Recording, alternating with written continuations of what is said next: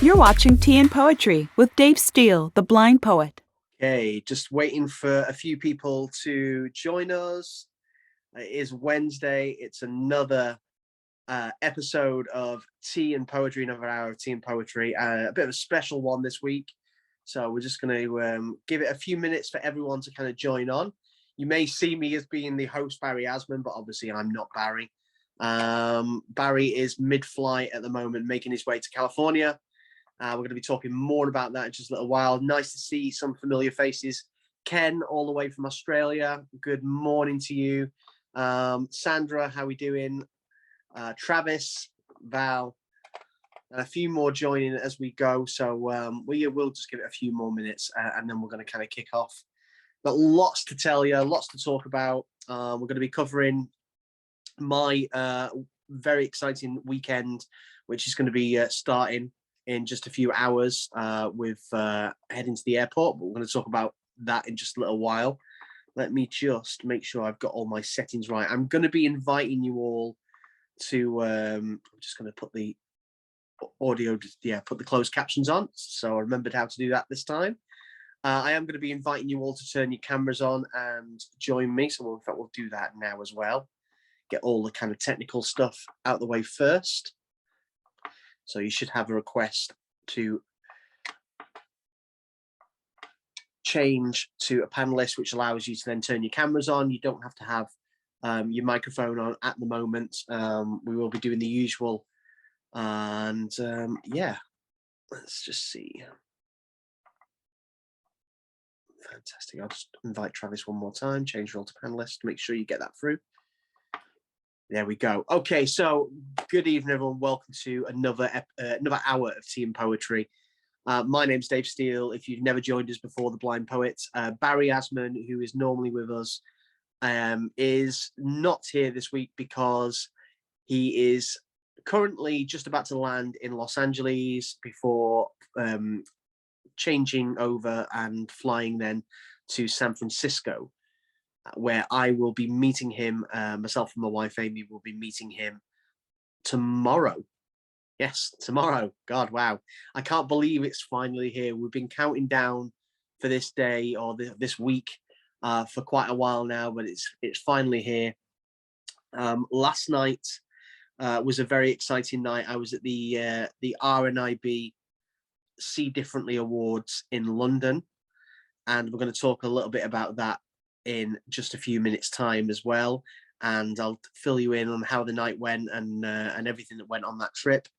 And yeah, we've got lots to talk about, and hopefully we're going to have a few more people come on because it's also a special day for one of our regulars, and I don't know if he's going to be here because it is a special day, but we'll talk about that in just a little while. Now, the only thing I am going to say is Tea and Poetry this evening may not go the full hour. And the reason is because obviously I'm flying out in just a few hours' time. We've got a taxi picking us up at 1:30 in the morning.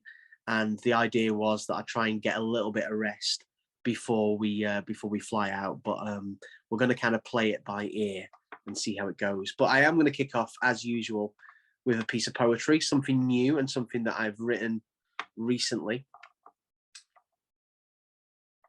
So yeah, this one's called It's Us, and I thought this was a really good one to kick off with. So here we go. I used to be afraid of seeing what I can see now. I thought that I would fall apart as vision took its bow, but now I realize these eyes that I've no choice to trust are more than capable to lose some more, yet still adjust. The darkest parts of yesterday have stood me in great stead to face the things that yet to come, these anxious chains I've shed. And what I'm finding out is doubt is not a thing I hold, for all a sight that's lost replaced with vision that is bold. Yet I am not denying that I still have days I lose. I give into the fears and isolations what I choose. But instead of feeling sad about my ever fading sight, I share it through this poetry my heart has made me write. So now when I am struggling, my first and only thought is to use the things I'm feeling through these poems give support. To anyone affected by the things that sight loss does, remember, if you are feeling this, it's not just you, it's us. There we go. And I just think that is a great one to start with, because it really is like Ken's clapping. It's it's not just you, it's us. It's a line I've talked about a few times within poetry. One of the things that we need to remember, not just with things like my condition RP and low vision and sight loss, but also disability in general, can be quite isolating. And a lot of people, when they are new to it, newly diagnosed, experiencing something for the first time, tend to feel like at times like they're the only one in the world that has this battle. And one of the most important and empowering things you can do for someone is to show them that they're not alone. And whether that be saying to them that those things that they're struggling with, that you struggle with too. I remember when I was first diagnosed and I had my really kind of tough year of struggling to come to terms and, you know, struggling with anxiety and depression. And when I started to write the poetry, how here in the UK, when I started to share my poems at the beginning, I had a certain element of the UK community, from the low vision and blind community, saying to me that I shouldn't talk about anxiety, I shouldn't talk about depression, I shouldn't talk about the bad days that people have sometimes with low vision and blindness, that would be putting the blind community in a negative light. And they told me I shouldn't talk about these things. And I remember saying that I just thought that was ridiculous, because life is good and bad. And, you know, there's great strength in being able to share your weaknesses with other people. Just, you know, saying to someone who's struggling, I've struggled like that too, is such an empowering thing. And I think it's something that, you know, people find comforting in my poetry, you know, because they can relate to it, but it also shows them that, you know, although we have our bad days sometimes, like everyone, they do always fade like everything else. So there we go. I hope you enjoyed that piece of poetry to kind of kick off with. I'm just going to check. I'm just looking at the numbers now. We've got a few more people that have kind of jumped on, I think. Let me just see. Yeah, Trisha said, I'm just going to invite you to turn your camera on, Trisha. And yeah, if anyone wants to raise their hand electronically by pressing the button, if they want to come in and speak. I know Travis is straight in there. His hand is straight up. I think we'll bring you straight on, Travis. And if anyone else wants to come in and say hi or ask any questions about the last few days, we're going to be doing that. Before we get Travis on, I want to kind of talk about yesterday. So yesterday was a pretty exciting day, something I've been waiting for quite a while. I was a finalist, a national finalist for the Royal National Institute of the Blind's RNIB See Differently Awards in London.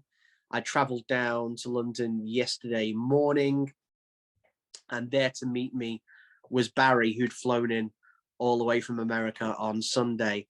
And we attended the awards last night at this beautiful venue. And I believe, you know, next time we do Tea and Poetry next week, we'll be showing some of the pictures and talking about that a little bit more with Barry. But it was a beautiful venue, very grand. Barry said it was like being at the Oscars last night. You know, you really did feel, you know, in the centre of London. We were pretty much near Westminster, so near Big Ben. In fact, the hotel we stayed at was literally just opposite the Thames, and Big Ben was right there, looking out of our window. You know, this morning with the London Eye, the big wheel as well. So it was an incredible venue last night. Some amazing people. I had a lot of people messaging me last night. I didn't win an award. I was picked, but it was not all about that. The young lady that won in my category, Claire Sims, who's a big kind of influencer on TikTok, you know, was a well-deserved winner. But you know, some of the amazing people that were in that room last night. It was truly inspirational and incredible. And it was an honor to be in that room with them. So it was an incredible time at the awards last night, and to have Barry there was a real special moment. So I'm glad we can kind of we kind of had that. And obviously this weekend, I've also got San Francisco, and Barry's going to be there to meet me and Amy when we step off the plane tomorrow. So yeah, actually, yeah, Ken, I've just seen you put in there that, and hopefully no slaps. Yes, yeah, that was actually mentioned on stage by one of the one of the speakers. Someone came up to hand them something mid speech, and I think they kind of recoiled like they were just about to get slapped. But yeah, it's it's definitely on everyone's minds last night, that incident at the Oscars. I know we've got Travis on. I'm going to invite Travis to unmute so we can bring him on. Let me just do that right now. There we go, Travis. I've asked you to unmute, and you're a pro at this, so it should happen straight away, I imagine. Just waiting for the one. You are Travis. Watching live team coverage right here, right now on Tea and Poetry Radio, brought to you by the Home Depot. How doers get more done. Craft Made, featuring custom-made cabinetry that is special ordered.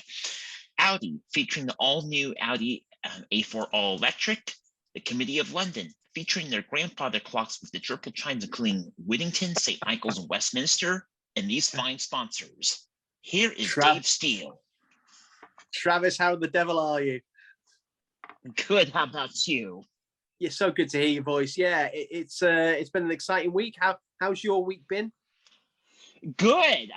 You probably saw my chats that I might have to be called to step away because I put in the chat that I did. That's why I wanted to get you on straight away, just in case you had to go. Yep. I'll probably be listening in while I'm doing this. But yeah, so everything's going well. We did get our kitchen cabinets delivered last week. So this is what you're doing at the moment. You're fitting the new kitchen cabinets. Is that correct? Yeah, so here's the thing. We're not doing the whole thing all at once like we typically do in a remodel. We're kind of doing things in strides. Okay. You know, so we have, you know, workspaces to work on, you know, for the base cabinets and everything. And also, too, you should do the upper cabinets first before you do the lowers. And it just makes sense. So it just goes a lot easier, and it's not that big of a mess like a bomb went off or something. So is this something that you learn to do through work, or is it something you've always been able to do, you know, with regards to kind of DIY? I've helped my dad do some projects, and he has actually hung cabinets before, actually. Wow. Okay. So are you quite handy with things like that then? Yeah, we're pretty handy. Yeah, we're actually doing our kitchen. The only thing that we're not doing is, you know, the floors and the countertops and backsplashes. You know, we're going to have people do that. Nice. And when do you hope it'll all be completed by and all finished? I don't know. Maybe like spring. It might be early this summer. But like I said, we're taking things in strides. Yeah, absolutely. Sometimes that's the best way to do it. And then when it's done, are you going to have a kitchen warming party? I'm sure I will. I'll look into that. I think you should. You should invite people over and enjoy the kitchen and sit around and cook dinner. Well, and also, too, we are going to get a couple of our appliances delivered. We got a scheduled delivery for one of our appliances. Like, we just ordered a counter depth fridge. And nice. We still have a couple more that have delivered. Plus, we got to order the range hood. Oh, and were these from the Home Depot? No, we're going local for the appliances. Even though I work for Home Depot, there's been some hiccups with the delivery system with appliances, but the kitchen design we did through Home Depot. But for certain things, I mean, we like the price that the kitchen design came to at Home Depot, just because we wanted to splurge on other things, like we want to redo the fireplace, get new interior doors, etc. And it just made and it made sense, you know, because we got the appliances we wanted. And plus, for the appliances, we wanted to support somebody local, someone who's been in business since the 50s. I get that. That's a really good thing to do. So, Travis, I've also got to ask you, just that tomorrow I'm going to be closer to you, not close enough, but closer to you than I've ever been. I'm going to be in California tomorrow. I'm pretty excited about that. You know, we'll be over. It's going to be amazing. How's the weather there at the moment? You know what? You just lucked out. The weather will be good in your visit. Really? Yes, you will have good weather, it looks like, this weekend. Good. What kind of temperatures can we expect? I think because you're going to be in Half Moon Bay, you're probably going to be in the 60s, probably is what I'm thinking. Okay, good. Yeah. And I know the inland valleys will be into the 70s and all that. Yeah, this time of the year, that's not bad. We'll take the 60s. And I know Arizona is going to be warming up too, so a lot of us will be warming up. Well, I was hoping that Sedona Dave would have been on today because, but it actually makes sense why he's not, because it's actually Sedona Dave's birthday today. Happy birthday to you. Happy birthday to you. Happy birthday, dear Sedona Dave. Happy birthday to you. Fantastic. And that's going to be on the recording as well, so we can actually watch that on YouTube later, which is great. And then many more, and get a tour of Arizona, and maybe go to Cottonwood to go wine tasting. Yeah, absolutely. So yeah, I mean, I messaged him earlier on today, so I'm sure he's having a great time, whatever he's doing. What? He'll be back next week. It's funny you say this because I just saw Dorian Holmes' post on his timeline and wishing Dave Epstein a happy birthday. And yeah, yeah, I saw that as well. I saw that on the way back from London earlier this afternoon. Yeah, but I'm really happy he's celebrating.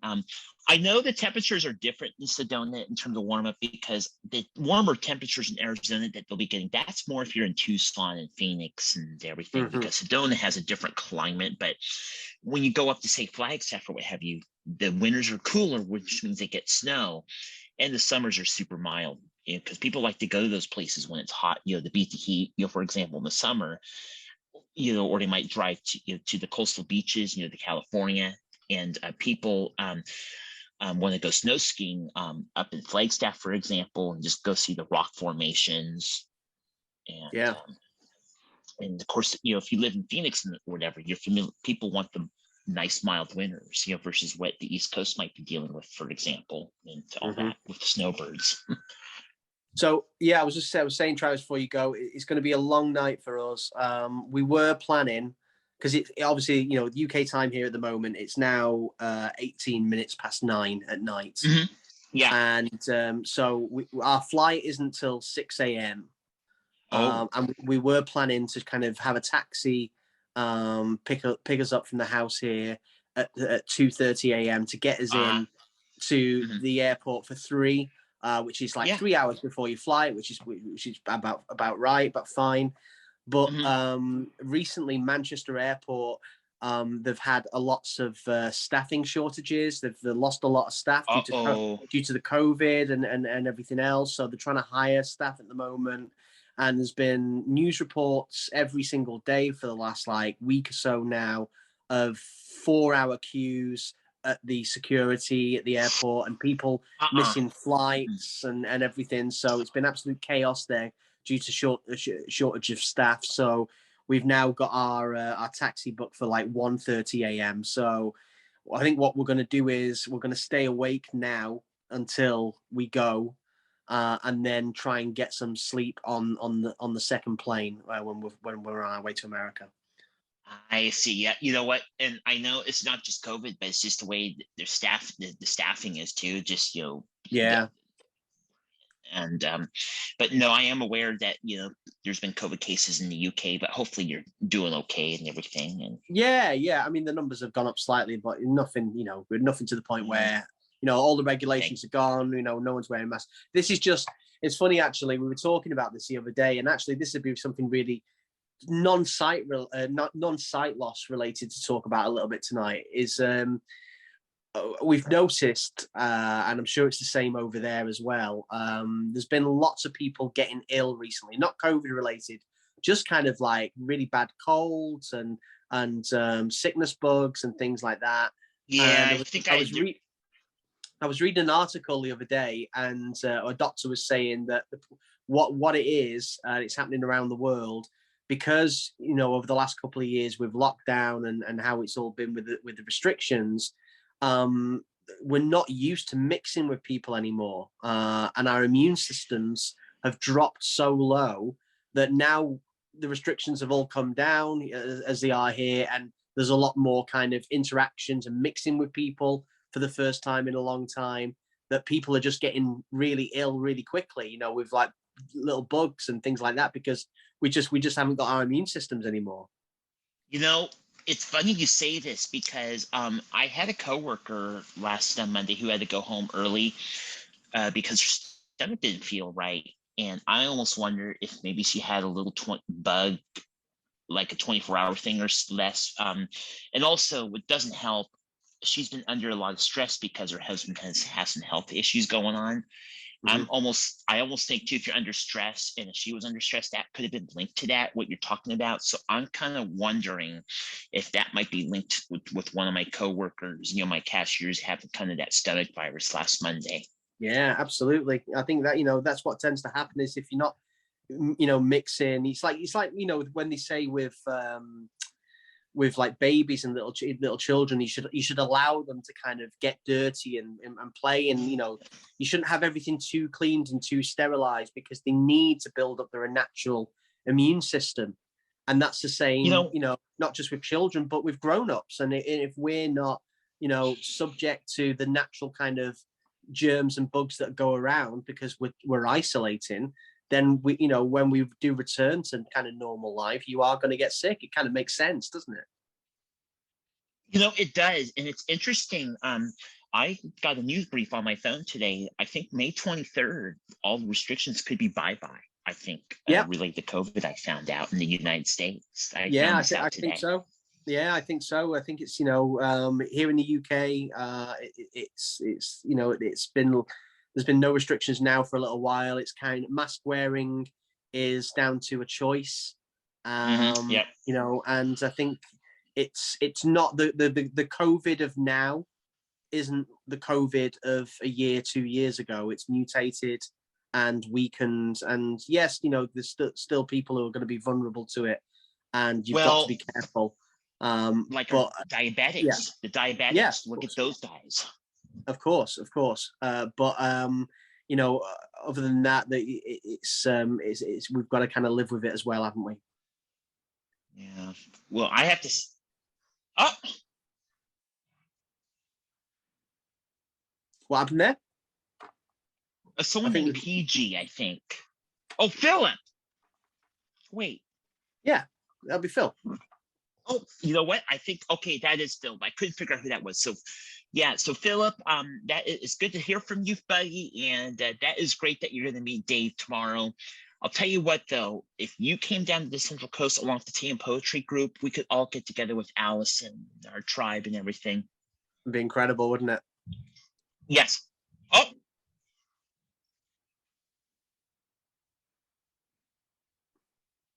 Okay, so Ken, somebody named Ken, I think, texted in, actually. Yeah, Ken in Australia. What was Ken saying? Let me just read that. Ken saying he said flu was down a lot. I think he means flu was down a lot during the pandemic lockdowns due to masks, which people are no longer wearing. Absolutely, yeah. That's another way of looking at it. Is you know, that actually we didn't have the likes of your normal kind of flu and colds going around because most people were wearing masks. But when spring breakers come back, they're going to have to keep an eye on that because what you're doing. But either way, low flu cases or not, I've been getting my annual flu shot every November, December, and I just think it's worth getting the flu shot on a yearly basis, no matter what. Yeah, I had mine this year with my booster jab for COVID. I had my flu vaccination at the same time, on the same day, actually. So yeah, it's definitely something I'd advise. No, flu shots. No, you don't do it.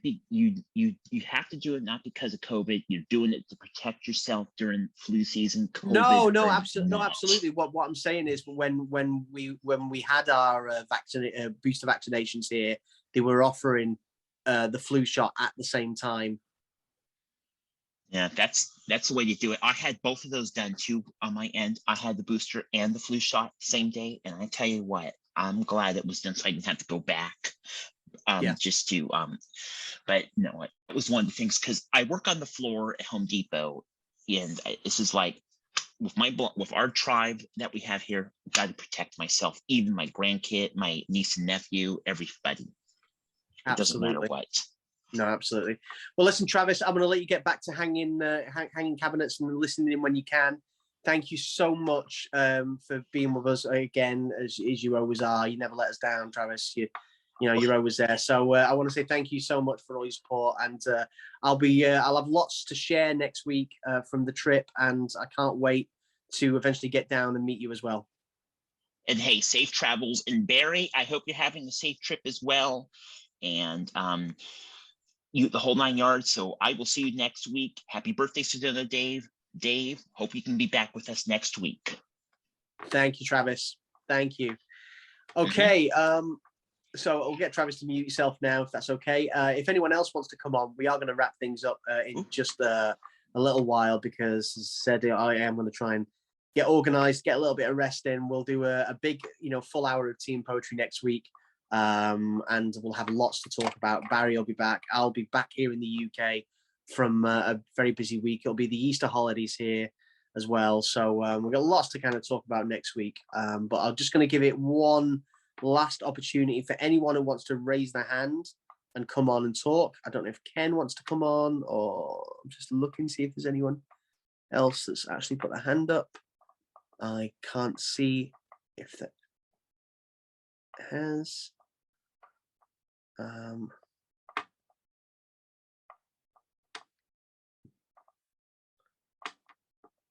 No. Oh, Ken. There we go, Ken. I'm going to ask you to unmute. Yeah, perfect. Ken, are you there? Hi, yes, it took me a second to unmute. Thanks. No, there was a split second, Ken. You were very quick. I Good wanted morning. to go back to your poem that you started the show with, and Sure.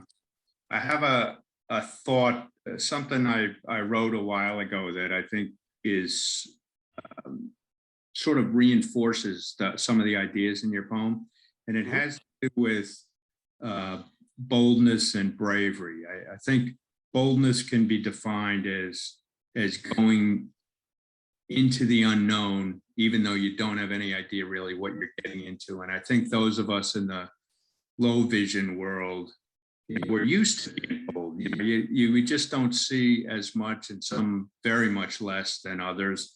And yet you have to go out and, you go out of the house, you go do stuff. You're stepping into a lot of times the unknown, and you get used to it. And then once you get used to being bold, it's only another little tiny step to being brave, which is, all right, you're going to get into something really exciting and adventurous or dangerous or whatever, but you go anyway. So I think that just having poor vision, getting used to the day-to-day life of boldness enables you to be actually a braver person. So I like that idea, and I think it relates a bit to your poem.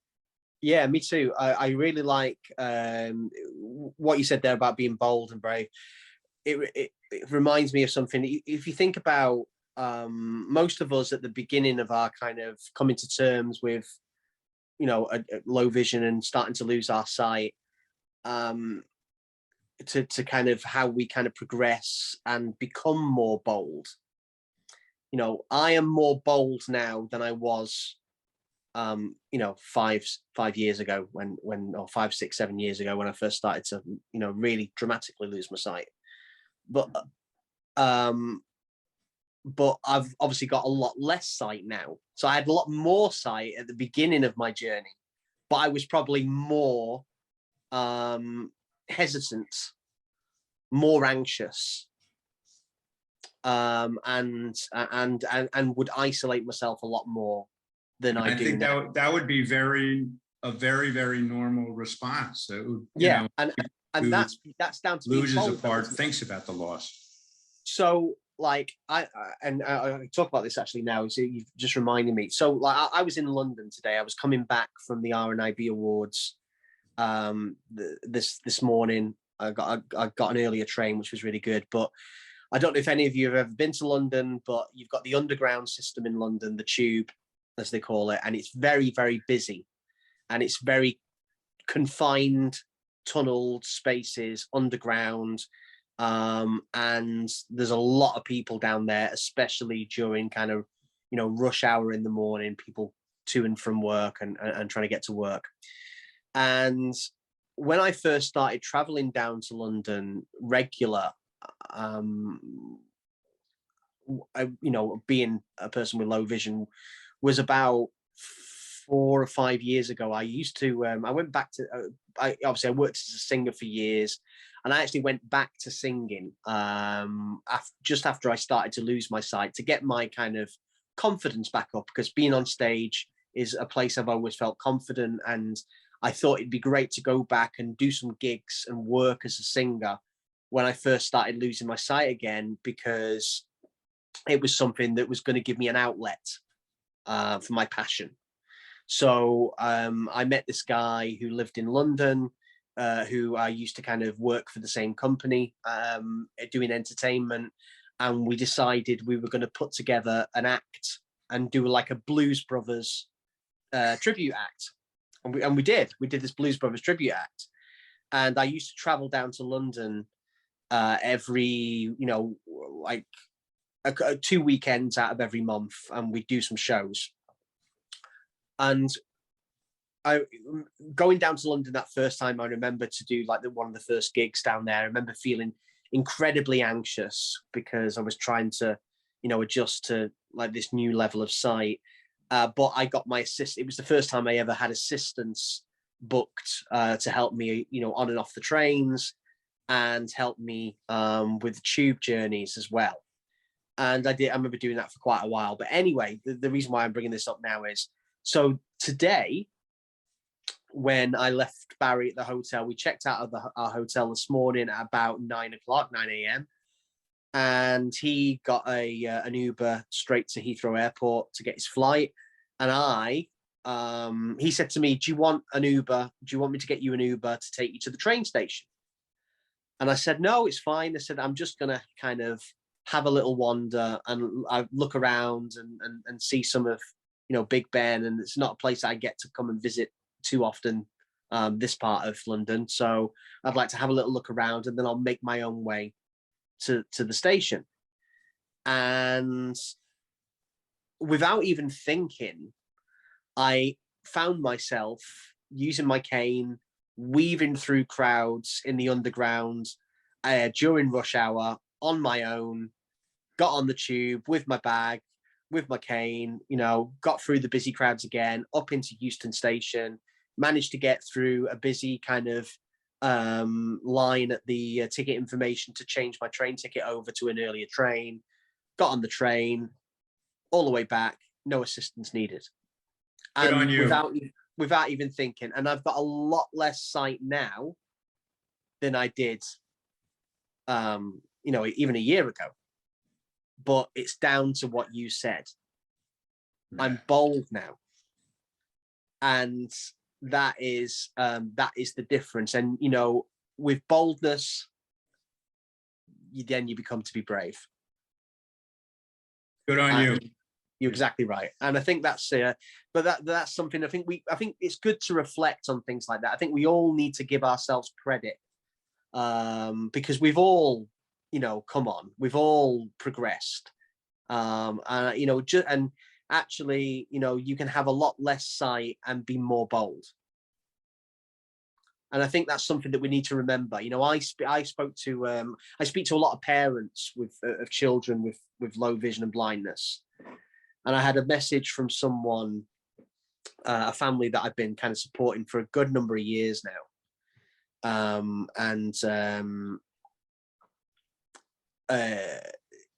This little boy is called Caleb. And he has RP. And his mum messaged me 2 days ago saying at the age of 8 years old, he's just been declared legally blind or severely sight impaired. And they didn't think that was going to happen to him at least until he was in his late teens. But at the age of 8, he's now been declared legally blind. And she was kind of, obviously really upset and trying to come to terms with this, as no doubt he is. But actually, if you can relate that to what we were just talking about, just because he's lost more sight doesn't mean he's going to struggle more. With the right support, from family and friends and the right training, he could actually be more bold and more brave and not struggle as much. And I think, that's why it's a really important conversation to have, that actually just because someone's got less sight doesn't mean that they're going to struggle more. It could be actually the exact opposite. And in a lot of cases, like we were just saying, it is the exact opposite. And it'll depend a lot on how his family and friends react. If they're supportive and encouraging and not depressed and talking about the negative things, it'll be great. Yeah, exactly. No, exactly. So yeah, no, that's brilliant. Ken, thank you so much for coming on. I really enjoyed that. That's a really great point. And thank you once again for coming back week in, week out and joining us at this time. Yeah, fun to be here. Thank you. All right, thanks. I'll get you to mute. I'm just going to check to see if there's anyone else that wants to chime in before we finish up. I think we are good. Okay, guys. I am going to love you and leave you today because. Hey, Dave. Oh, hello. Who's that? Hi, it's Trish. It's Trisha. Oh, hey. Hi, Trish. Sorry, I didn't see a hand. No, by all means, come in. I'm jumping in because I believe Philip has had his hand raised for a little bit, and he wanted. Sorry, I didn't see that. Let me see if I can get him in. Okay, I'm going to mute. No. Thank you for doing that. Thank you, Trisha. I mustn't have seen that. Philip, I'm going to try and bring you in. If ask you to unmute, just bear me 1 second. This is why I have Barry. You see, so let me just sec. Right, change role to panelists. This should work. And allow to talk. Okay, Philip, are you there? Hello. There he is. How you doing, my friend? Can you hear me? Hello, everybody. Can you hear us, Philip? Yes. Can you hear me? Good. Yeah, we can, loud and clear. Thank you so much, Trish. Yes, I am so looking forward for tomorrow, but I don't have any idea. So would you please, I hope you have time, because I have to make my transportation arrangement today for tomorrow. I will, as soon as I'm done with this call. Barry, when I spoke to Barry literally 10 minutes before I came on to start Team Poetry, and he was just landing in LA, and he had like a layover of like an hour or so. Okay. So as soon as I get off with the call, I'll message him and tell him to get in touch with you to make arrangements straight away. Wonderful. Whatever easy, convenient, I can meet you in downtown for 5 minutes, or then I would love to have you I would love you to have you for dinner, but it depends on your timing. But, we will make time to make sure we can meet and sort the arrangements out from there. As I said, we look to be getting in to San Francisco round about 3 p.m. So hopefully we get, until we get checked out of the airport, we should be, into San Francisco for like 3:30, 4 at the latest. Maximize the moments. I really like that phrase. We're going to maximize the moments of this trip, as we try and do every single day. But this is tiredness has to kind of go out the window a little bit, because when you're doing this kind of trip over such a short period of time, especially something that's so special as this. Excellent. We really Glad to hear make that. sure. And I know your time is valuable, and you're going to be very, very busy. But just meeting with you, whatever time you have, and to have dinner together, would love to invite you for dinner, Dave. We will make it happen. We will make it happen somehow. So I'll get on to Barry as Okay. soon as we're done with this call, and look out for an email, but I'll make sure he gets in touch. Excellent. And I'm actually at the doctor's office. I'm waiting to be called, so I might drop out very soon. No problem. We're just going to finish up anyway. Have 'cause a I said I very need good trip tomorrow, Dave. Thank you. Well, yeah, it's going to be today for me, because as I said, I'll be getting, as soon as I'm done with this, I'm getting in the shower and getting ready to be, I know what picked you up by mean. the taxi and what head you to the airport soon. I It's know what you okay. mean. You can sleep Yeah. on the plane. Yeah. Oh, we will. Take care. Thank you, Philip. I'll see you hopefully tomorrow. I look forward to it. Me too. Okay, guys, we are going to kind of finish it just there. As I said, apologies for finishing up slightly earlier, but I'm sure you'll all forgive me. It's been a long 24 hours, and the next 24 are going to be even longer. So, but it's going to be very exciting. I'm going to be taking lots of pictures, both actual pictures and ones in here in my memory, and really, capturing every single experience of this. No matter how tired I get, it's going to be really, really special. And I can't wait to share, everything that goes on this weekend, next week with you on Tea and Poetry. Obviously, for those who don't know, I am going to be speaking as the keynote speaker for Foundation Fighting Blindness on an event that starts on Friday. It goes Friday, Saturday at the beautiful Ritz-Carlton, Half Moon Bay, which is just about 20 minutes outside of San Francisco. The event is called Investing in Cures, and there's going to be specialists from different organizations, companies who are researching cures for macular degeneration and RP and all sorts of things, Stargardt's, Usher syndrome, and lots of exciting things that are going on in the research background. We get to hear from all these specialists, but before they do that, they get to hear from me, and I get to read them some poetry, and especially a piece that I've written specifically for the event as well, which I cannot wait to share for the first time. And I may read it next week as well, but it's definitely something that's going to strike some emotions on Friday night. But I will make sure we'll take lots of pictures, and I'll be here to talk about it all on next week's Hour of Tea and Poetry. I think before we go, I'm going to finish on one last piece of poetry. It's only a short one. I actually wrote this on the train yesterday, but it really encaptures quite a few things that did you know what? This is really funny. So let me just tell you this. If anyone who joins on Tea and Poetry quite regular, you know how these things kind of turn out. We talk of a subject, and just by sheer coincidence, I'll have a piece of poetry lined up that will just really encapsulate that conversation that we've just had. So Ken, you're not going to believe this. So I wrote this poem on the train yesterday, and this is without knowing what you just said. So are you ready for this? Here we go. So I'm going to leave you with this. This is funny.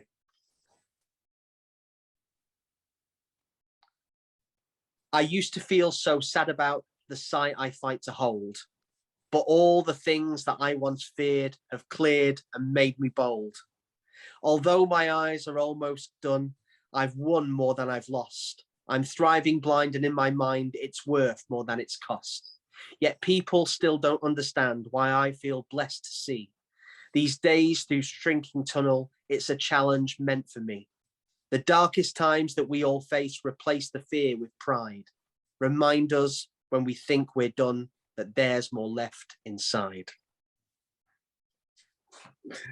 Yeah, there you go. Pure coincidence. Have a wonderful week, everyone. Be bold.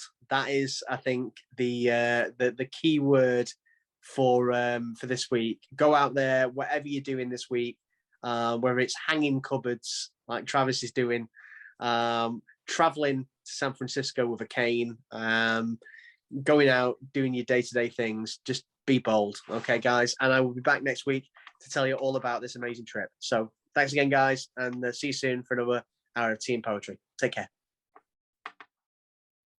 Thank you for watching Tea and Poetry, and we look forward to seeing you on the next episode. Join us live every Wednesday at 4 p.m. Eastern, 9 p.m. UK. A big thank you to our sponsors, the Lanny D. Chesapeake Lighthouse and the Low Vision Shop. If you enjoyed Tea and Poetry, please invite a friend, like, share, and subscribe.